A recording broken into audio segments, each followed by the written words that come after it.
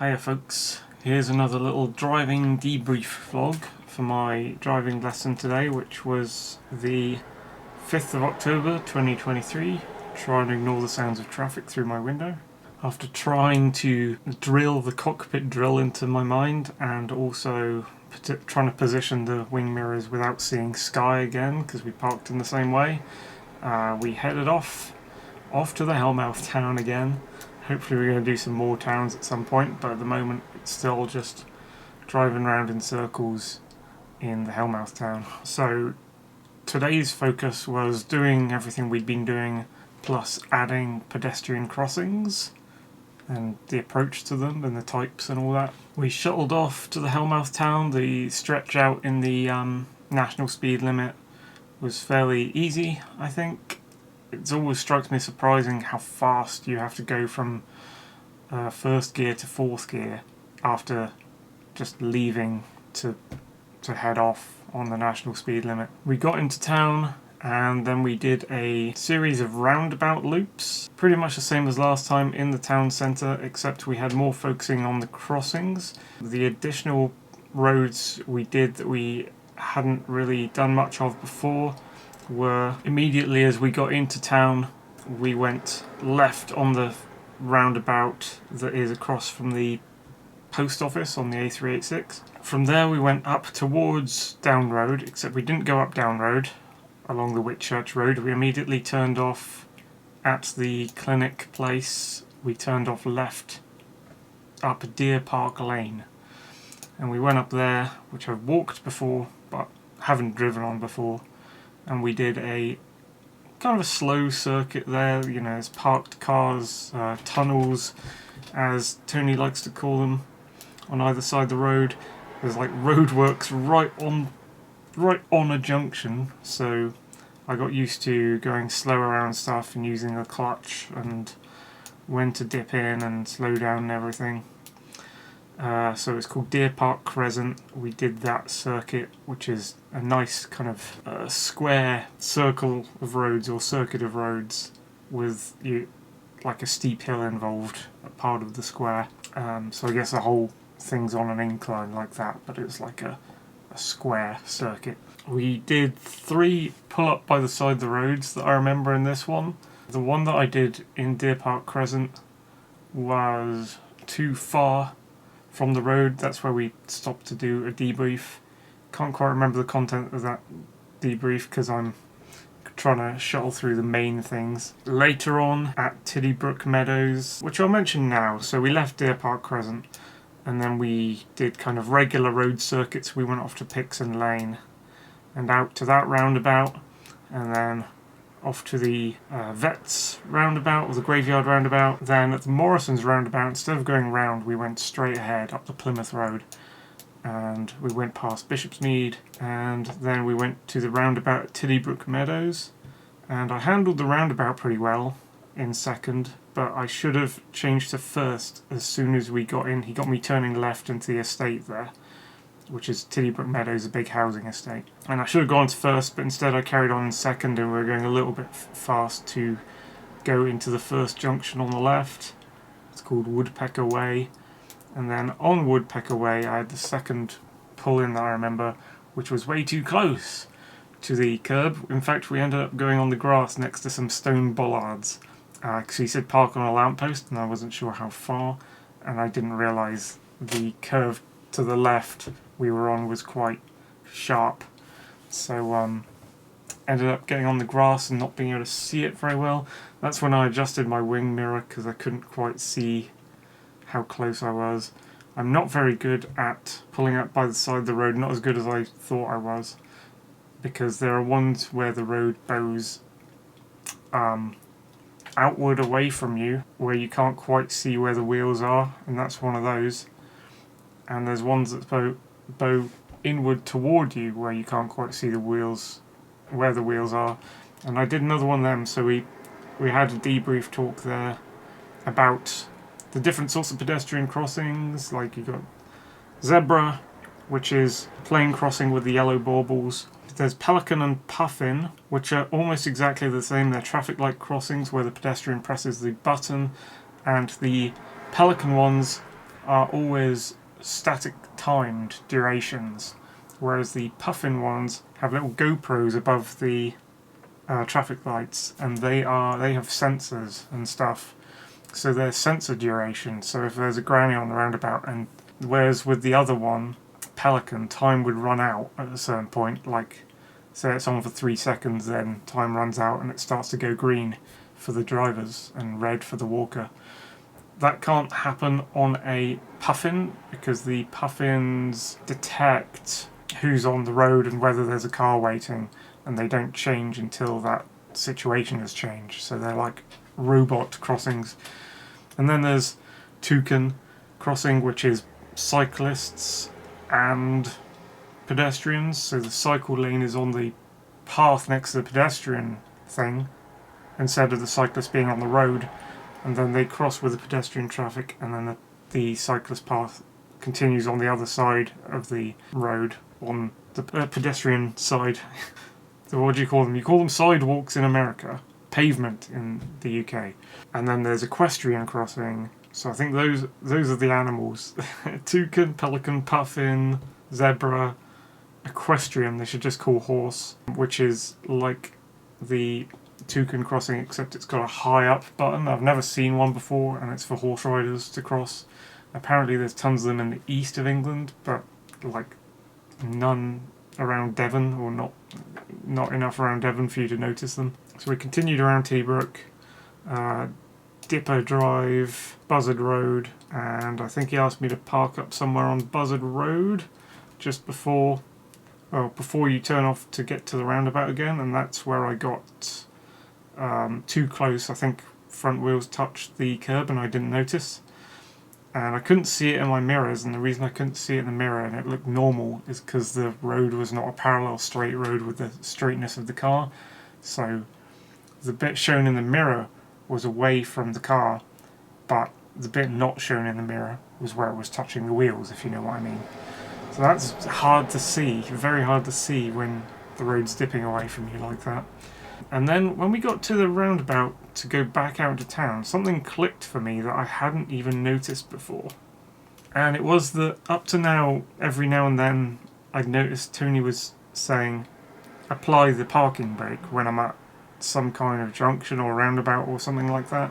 And it hadn't cottoned on to me what I was doing. So up to now, I hadn't been noticing this, or I'd been trying to do it without doing this. But we went to first gear. We had to stop at the junction of the roundabout to look out to the right for traffic. And I was in first gear, had to come to a stop. And he said, put the parking brake on, please. I was like, okay, parking brake's on while we're stopped. That's annoying because I have to unapply it. No, I don't have to unapply it because it's a parking brake. It's like a handbrake, but it works differently. He says it holds better than the handbrake because the handbrake's cable operated and those can snap, whereas parking brakes are electronic and they rarely turn off. But this parking brake does turn off. It turns off automatically when you get going, which is annoying because you don't necessarily know that that's happened and you have to reapply it to stop again. Like if you creep forward, then you have to stop again on it. Anyway, that's the advantages of parking brake, is they can snap quite easily. And yeah, we were at this junction and he said parking brake on. I'm like, okay, why do I need to do that? And then he says foot on the gas.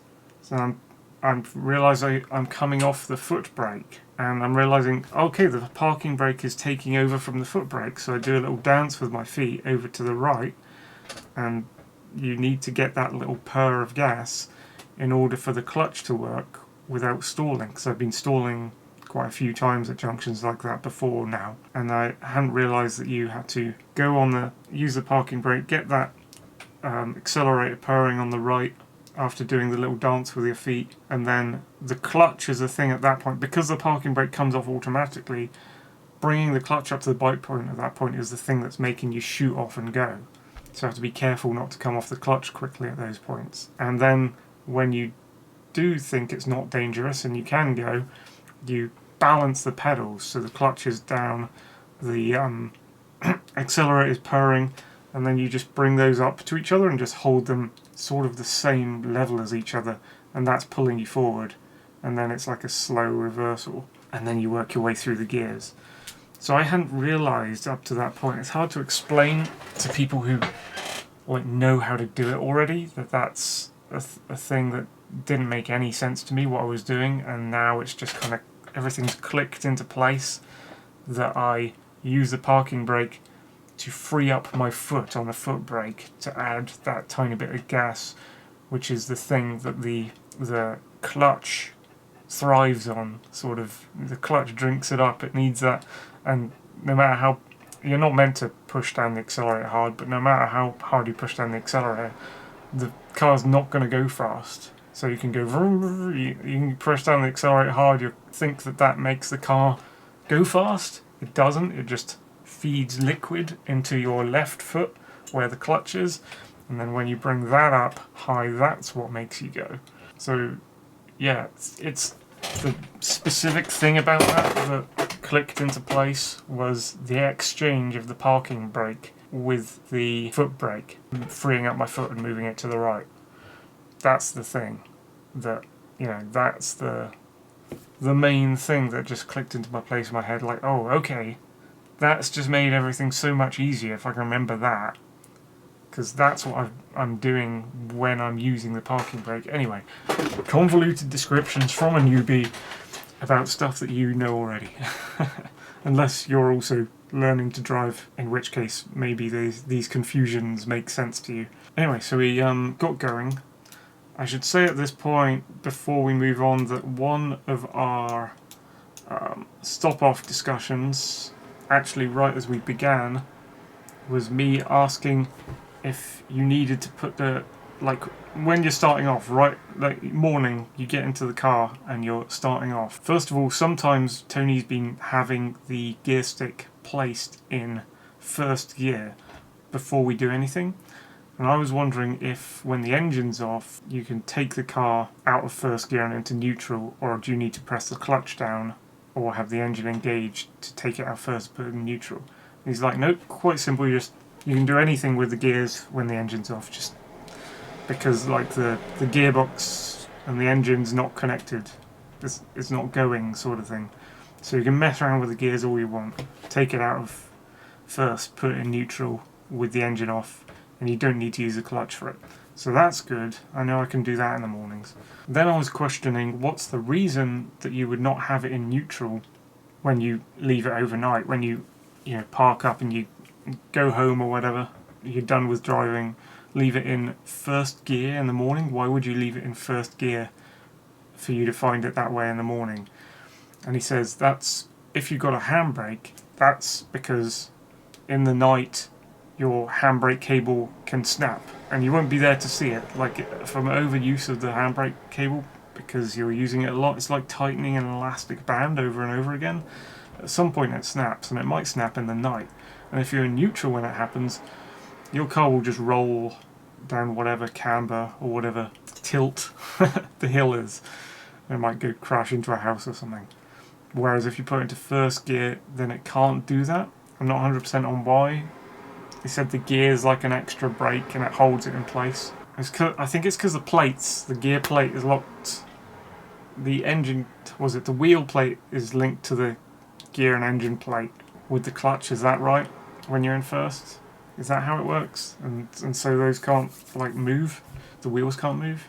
I think that might be how it works. Anyway, don't quote me on that. That's just guesswork. And he says there's other ways in which, other than your handbrake snapping, there's other ways in which you can do it. So it can happen to you in a car with a P-brake, electronic P-brake, rather than a handbrake, because the electronic P-brake has no cable to snap, so it wouldn't be able to do that. But there's something else that can happen with brake discs, where they get cold or something, and they lose their, they expand and they get cold and they lose their friction. And I think it only happens with disc brakes, not the other type of brake, which the name has passed me by. The disc brake thing, which is like the bicycle brakes, which pushes outward into the wheel. I can't really simulate it, but here's the wheel. I can't even do it because I've got to make a small circle and a large circle. That pushes outward in there, and that's how the brakes work. It's like a bicycle brake, but all around. So I don't know how you. Oh yeah, and leaving the car in first gear will stop that happening as well. So that's why you leave the car in first gear when you park up instead of neutral. So I'm going to have to try and remember to leave the car in first gear when I park up somewhere. It's going to be hard to remember that. Anyway, we continued on from Tiddybrook Meadows, and then we did just a bunch of roundabouts basically. It's sort of places we've been. We did the Morrison's roundabout again, we did Graveyard roundabout, we did Pixon Lane roundabout, we did the Drake statue roundabout, and then we got into a place where there were lots of crossings all lined up. It was the Plymouth Road after Drake statue, heading into town, past the bus station. So you get past the bus station, and actually before then even, you got lots of zebra crossings, basically, that you got to wait for. And so you kind of have to do this entire stretch of very long straight road in second gear. Loads of parked cars on the left. It's sort of a wide road, but you have to do it slow because there's so many crossings. And yeah, if you can time your approach not only to roundabouts but these crossings by just coming off the accelerator entirely in second and just letting your car drag you along. Of course, if you go under 10 miles per hour, you've got to turn into first.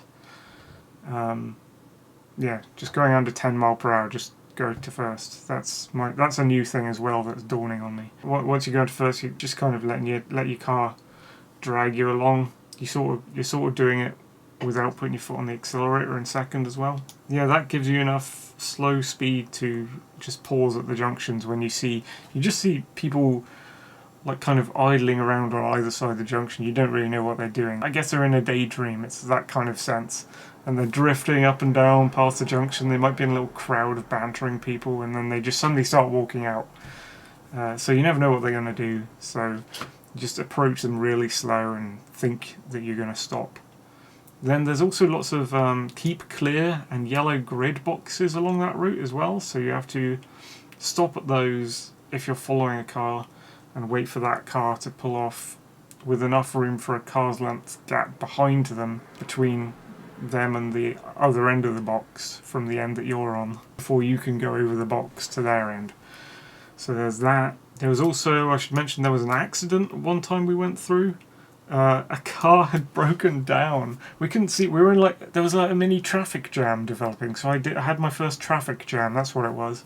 And so I was moving in first on the clutch, up and down. He calls it snail, rabbit, fox, cheetah. The different stages of the clutch. And even though the top one's cheetah, they're all very slow. So it's just like 4 delineations of the strength of the clutch. Snail is almost at a standstill, but if you look around very carefully, you can perceive you're moving, and I was using a bit of that there. So snail and rabbit I was using. Yeah, we were just pausing and moving in this traffic jam. There was a queue of cars in front of us. We couldn't see what it was. We couldn't see up the road. There was one point where I was just like, Tony, what the hell's going on? There's obviously some accident or something up ahead. And we saw up ahead at a crossing a car had broken down. He'd obviously paused to let people cross the crossing. And it's like this muddy brown mustard coloured car, and he was just sitting in his car making phone calls, and his car had broken down in front of the thing, and people were having to squeeze down this very narrow gap that he left on his left to try and get around him, doing it one by one. And there was a van behind us which that had to go on the pavement to get through.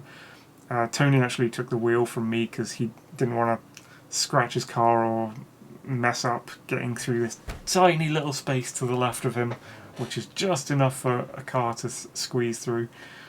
So that was interesting. We had a little traffic jam and possible accident of some sort, or a broken down car to avoid.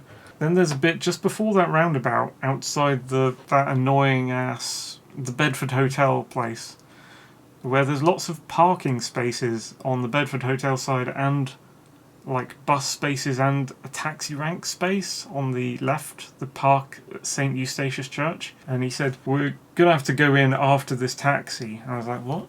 And there's a taxi up ahead, and I thought he was just with the traffic flow, like I thought he was with us, like a car that was moving. But he's actually parked up in a taxi rank that I didn't know was there. So he was parked, and I thought he wasn't parked. I thought he was just slow moving traffic like us. So I was going to go behind him, but he's like, no, just go around him. I was like, oh. that car's like not live.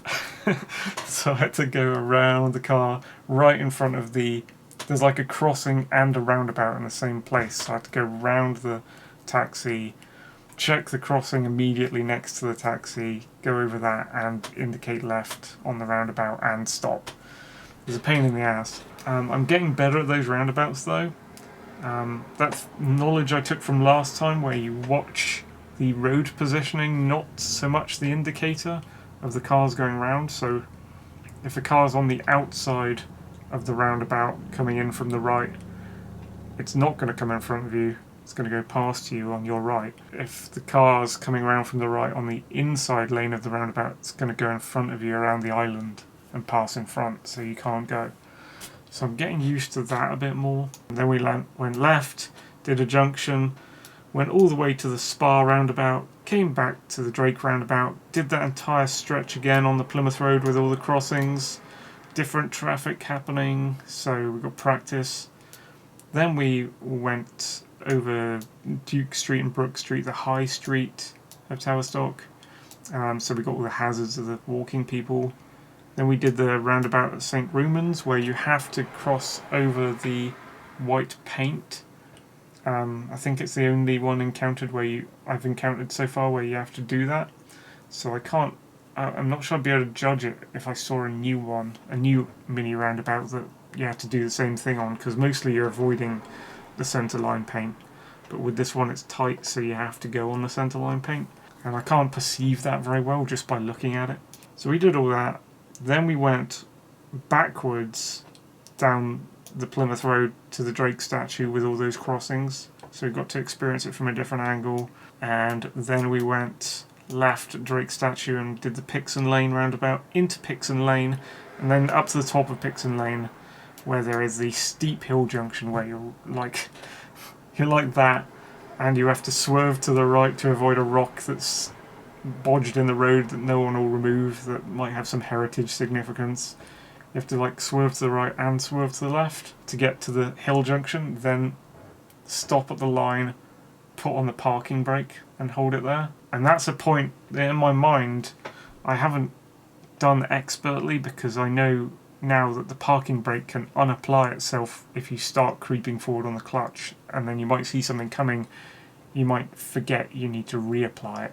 That's the sign for pulling the parking brake, by the way. You're like a friggin' T-Rex or something. I prefer the handbrake where it's like, but this is.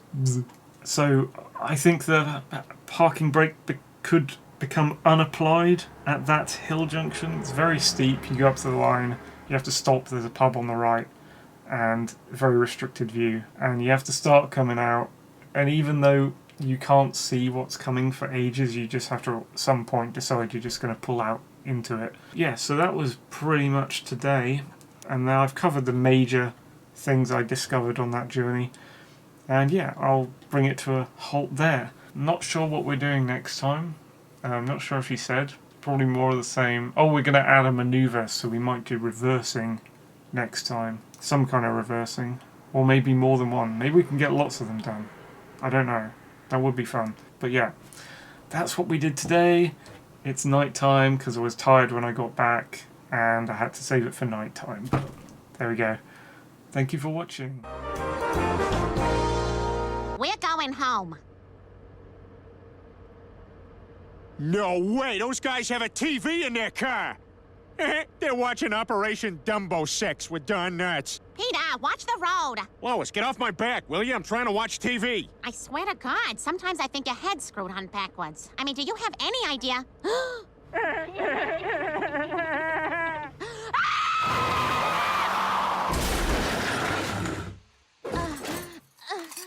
Hey, Crashy. What are you doing down there?